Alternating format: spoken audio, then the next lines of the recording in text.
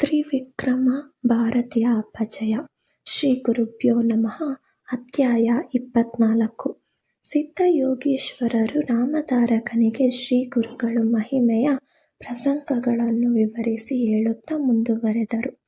ತ್ರಿವಿಕ್ರಮ ಭಾರತಿ ಎಂಬ ಬ್ರಾಹ್ಮಣನು ಶ್ರೀ ಗುರುಗಳು ಕಪಟಿಗಳೆಂದು ಅಪಪ್ರಚಾರ ಮಾಡಿ ನಿಂದಿಸುತ್ತಿದ್ದ ವಿಚಾರವನ್ನು ಜ್ಞಾನದೃಷ್ಟಿಯಿಂದ ಅರಿತ ಗುರುಗಳು ಅವನನ್ನು ಪ್ರತ್ಯಕ್ಷವಾಗಿ ಕಾಣುವ ಹಂಬಲದಿಂದಾಗಿ ಗ್ರಾಮಾಧಿಕಾರಿಯನ್ನು ಕುರಿತು, ಅಯ್ಯ, ನಾವು ಹಿಂದೆ ಕುಂಸಿ ಗ್ರಾಮಕ್ಕೆ ಹೋಗಬೇಕಾಗಿದೆ.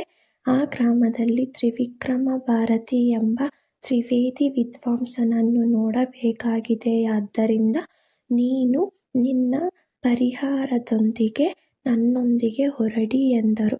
ಆಜ್ಞಾಪಿಸಿದರು. ಗ್ರಾಮಾಧಿಕಾರಿ ಸಂತಸಗೊಂಡು ತನ್ನ ಪರಿವಾರವನ್ನು ಕರೆದುಕೊಂಡು ಶ್ರೀಗಳವರ ಜೊತೆ ಕುಂಸಿ ಗ್ರಾಮದತ್ತ ತೆರಳಿದರು. ಪ್ರತಿನಿತ್ಯದಂತೆ ತ್ರಿವಿಕ್ರಮ ಭಾರತಿಯು ಧ್ಯಾನಕ್ಕೆ ಕುಳಿತಿದ್ದನು. ಆ ದಿನ ಆತನ ಮನಸ್ಸು ಪೂಜೆಯಲ್ಲಿ ನಿಲ್ಲಲಿಲ್ಲ. ನರಸಿಂಹನು ಆತನಿಗೆ ದರ್ಶನವನ್ನು ನೀಡಲಿಲ್ಲ. ಆಗ ಅವನು ತನ್ನ ದೃಷ್ಟಿಯನ್ನು ಹೊರಳಿಸಲು ದೂರದಲ್ಲಿ ಕಾಷಾಯದಂಡಧಾರಿಗಳಾದ ಯತಿಗಳೊಬ್ಬರು ಬರುತ್ತಿದ್ದುದನ್ನು ಕಂಡನು. ತ್ರಿವಿಕ್ರಮನಿಗೆ ತನ್ನ ಆರಾಧ್ಯ ದೇವ ನರಹರಿಯನ್ನೇ ಕಂಡಂತಾಯಿತು. ಅಷ್ಟೇ ಅಲ್ಲದೆ ಯತಿ ಪರಿವಾರದ ಪ್ರತಿಯೊಬ್ಬರೂ ನರಹರಿಯಂತೆಯೇ ಕಂಡರು. ಗೊಂದಲದಲ್ಲಿ ಸಿಕ್ಕ ತ್ರಿವಿಕ್ರಮನು ವಿಧಿಯಿಲ್ಲದೆ ಶ್ರೀ ಗುರುಗಳನ್ನು ಪ್ರಾರ್ಥಿಸಿದನು. ಹೇ ಗುರುದೇವ, ಜಗದ್ಗುರುಗಳು, ತ್ರಿಮೂರ್ತಿ ಸ್ವರೂಪರೂ ಆದ ನಿಮ್ಮನ್ನು ನಿಂದೆ ಮಾಡಿದೆ. ಕೃಪೆಯಿಟ್ಟು ನಿಮ್ಮ ನಿಜ ಸ್ವರೂಪ ತೋರಿಸಿ ಎಂದನು. ದಯಾಳುವಾದ ಶ್ರೀ ಗುರುಗಳು ಅವನನ್ನು ಕ್ಷಮಿಸಿ, ಅಜ್ಞಾನದಿಂದ ನಮ್ಮನ್ನು ದೂಷಿಸುತ್ತಿದ್ದ ನಿನಗೆ ತಿಳಿ ಹೇಳಲು ನಾವೇ ಬಂದಿದ್ದೇವೆ. ಡಾಂಭಿಕರೆಂದರೆ ಯಾರು? ಕಪಟ ಸನ್ಯಾಸಿಗಳು ಯಾರು? ಇದನ್ನು ನಮಗೆ ಹೇಳು ಎಂದರು.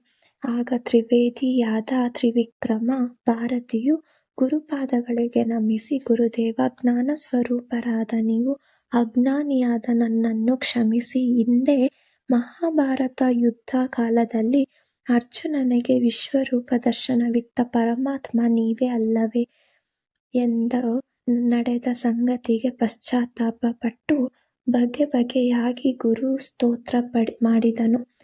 ಪಶ್ಚಾತ್ತಾಪ ಅಗ್ನಿಯಲ್ಲಿ ಪುಟಕ್ಕಿಟ್ಟ ಚಿನ್ನದಂತೆ ಪವಿತ್ರವಾದ ತ್ರಿವಿಕ್ರಮ ಭಾರತಿಯನ್ನು ಕೃಪಾದೃಷ್ಟಿಯಿಂದ ನೋಡಿದ ಶ್ರೀ ಗುರುಗಳು, ಹೇ ತ್ರಿವಿಕ್ರಮ, ನಿನಗಿನ್ನು ಪುನರ್ಜನ್ಮವಿಲ್ಲ.